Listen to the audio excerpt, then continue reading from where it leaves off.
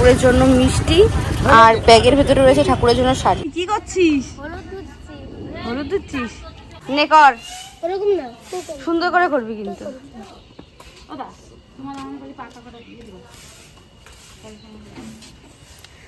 কি বানাচ্ছিস তুই? মাথা আর দিস না, তো দিস না, এই সাইড দিয়ে একটু দে কটা।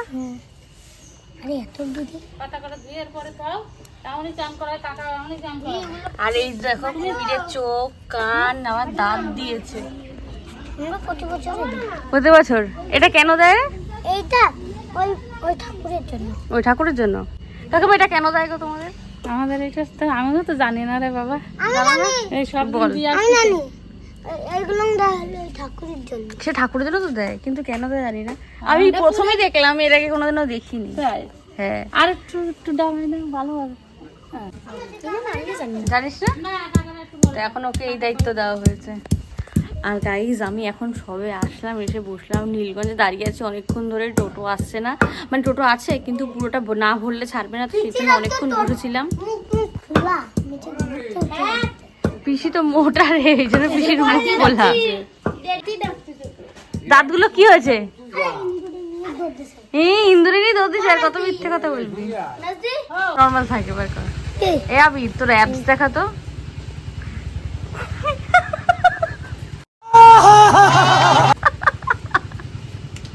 একটু বেশি হয়ে গেল না ব্যাপারটা? সকালে ভাত খাইনি। ও ভাত খাসনি বলে ওটা বেশি। এখন গাইস এখানে ঘিলা মেটে আর মেথি হলো, ওখানে বাটা হচ্ছে একসাথে, তাও আবার কি হাতুড়ি দিয়ে। পুরো মেয়ের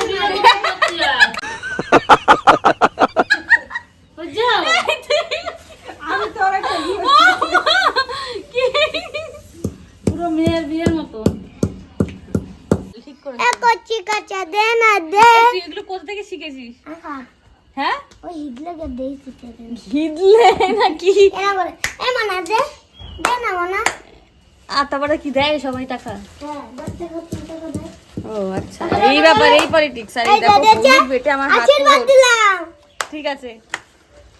আর এই দেখো হলুদ বেটে আমার হাতটা পুরো হলুদ হলুদ হয়ে গেছে। তো আজকে কি রে মিষ্টি? আজকে মিষ্টির গায়ে হলুদ, তাই তো? দোল আজকে মিষ্টির গায়ে হলুদ। মিষ্টিকে এখন হলুদ দিয়ে হলুদ মাখাবো। গায়ে হলুদ। এখন যাবো সন্দীপকে ডাকতে, প্রত্যেকবারের মতন এইবারও ঘুম থেকে ওঠেনি। এই যে উঠে গেছি।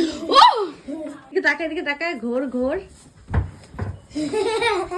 এই আবার কেমন নাটক? 75 টাকা। কেন এত টাকা তোমার ব্রাশ? ও বড় লোক তো ইয়েতে লাগাই। তাই জন্য 65 টাকা। তাড়াতাড়ি ঘুম থেকে ওঠেন, ব্রাশটা করেন, তারপরে পুজোতে বসেন। আর হ্যাঁ গাইস, সন্দীপকে এখন ঘুম থেকে উঠিয়ে ও গেছে একটু ফ্রেশ হতে, আর এখন যাবো গঙ্গা পুজো দিতে।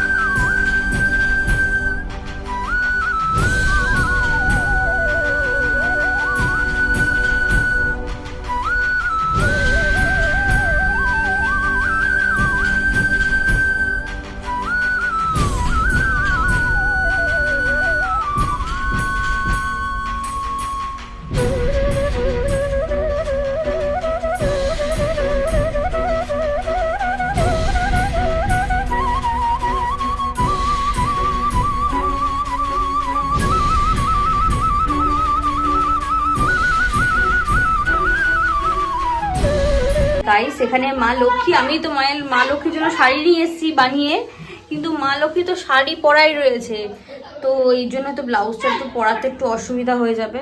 আমি ভেবেছিলাম মতো এমনি ঠাকুর। দেখো গাইস মা লক্ষ্মীকে শাড়ি পরে কি সুন্দর আর মিষ্টি লাগছে। মা কালীকে আমি মালা পরিয়ে দিয়েছি, আর এখানে মা লক্ষ্মীকে শাড়ি পরিয়ে আর সব ঠাকুরকে মালা দিয়ে দিয়েছি, আর এখানটা ফুল দিয়ে সুন্দর করে সাজিয়ে দিয়েছি।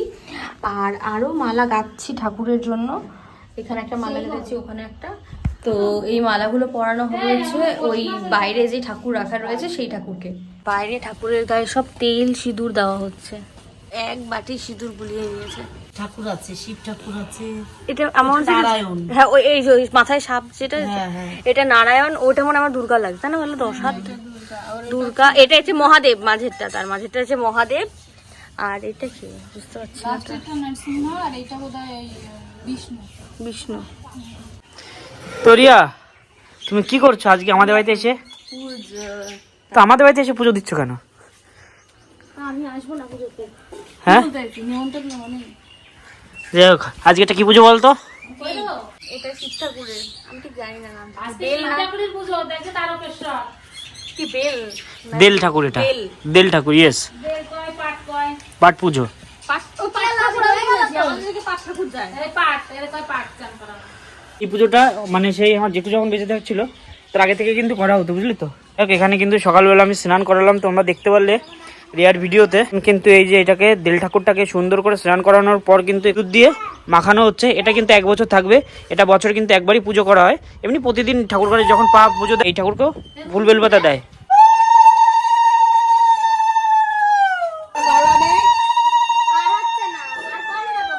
গাইস এখানে কুমিরটা বানিয়েছে, দেখেছো? সো অলরাইট গাইস, তো এখন পুজো হচ্ছে, তো তোমাদেরকে দেখাই। বাচ্চারা শুয়ে পড়ে।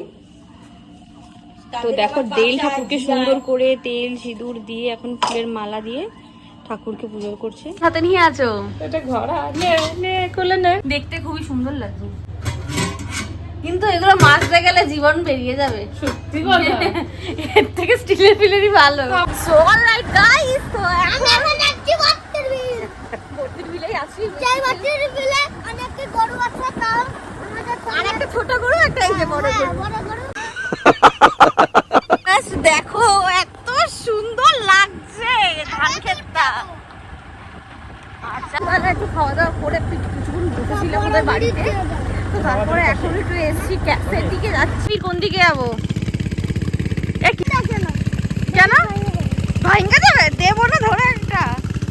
তো জাস্ট দেখো এইখানকার এখন যেই লোকেশনটায় আমি আছি, মানে বস্তির বিলে একটু ভেতরের দিকে, তো চারিদিকে সবুজ আর সবুজ, আর এখন ধানগুলো একটু পেকে পেকেও গেছে, এই জন্য একটু সোনালি সোনালি লাগছে। এই দেখো আবির আল ধরে হাঁটছে। সো অলরাইট গাইস, দেখো চারিদিকে ধান আর ধান, মানে লোকেশনটা একদম এক কথায় ওয়াও, মানে সেরা লাগছে এখন।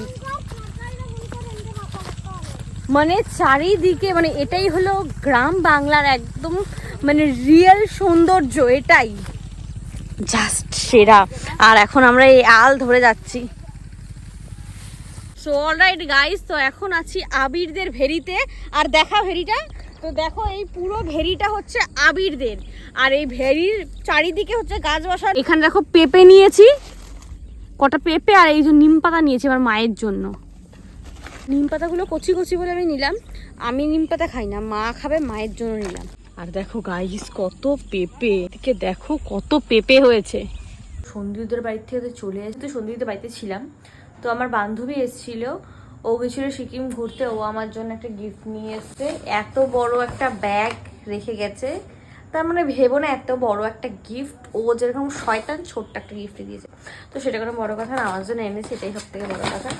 তো ও নিয়ে এসছে আমার জন্য একটা সুন্দর স্কার্ফ নিয়ে এসছে। এই স্কার্ফটা তানিয়া নিয়ে এসছে সিকিম থেকে, তো থ্যাংক ইউ তানিয়া, খুবই সুন্দর। যখন ভর্তি বিলে যখন আসি শীতে দিদির মতন কাঁপতে কাঁপতে আসি, তো তখন এইটা আমার অনেক কাজে লাগবে। তো থ্যাংক ইউ তানিয়া এই গিফটটা দাও। তোমরা অবশ্যই কমেন্টে জানাও ভিডিওটা কেমন লাগলো, আর যদি ভিডিওটা ভালো লেগে থাকে অবশ্যই লাইক শেয়ার কমেন্ট করো, আর যারা চ্যানেলে নতুন আছো সাবস্ক্রাইব করে আমার পাশে থাকো, কারণ তোমাদের একটু সাপোর্ট আমাকে ভিডিও করার জন্য অনেক অনেক মোটিভেট করবে। তো do subscribe my channel Dear Diaries. আর দেখা হচ্ছে পরের দিন সকাল 8টার সময়। তখন জন্য বাবাটা এলাম।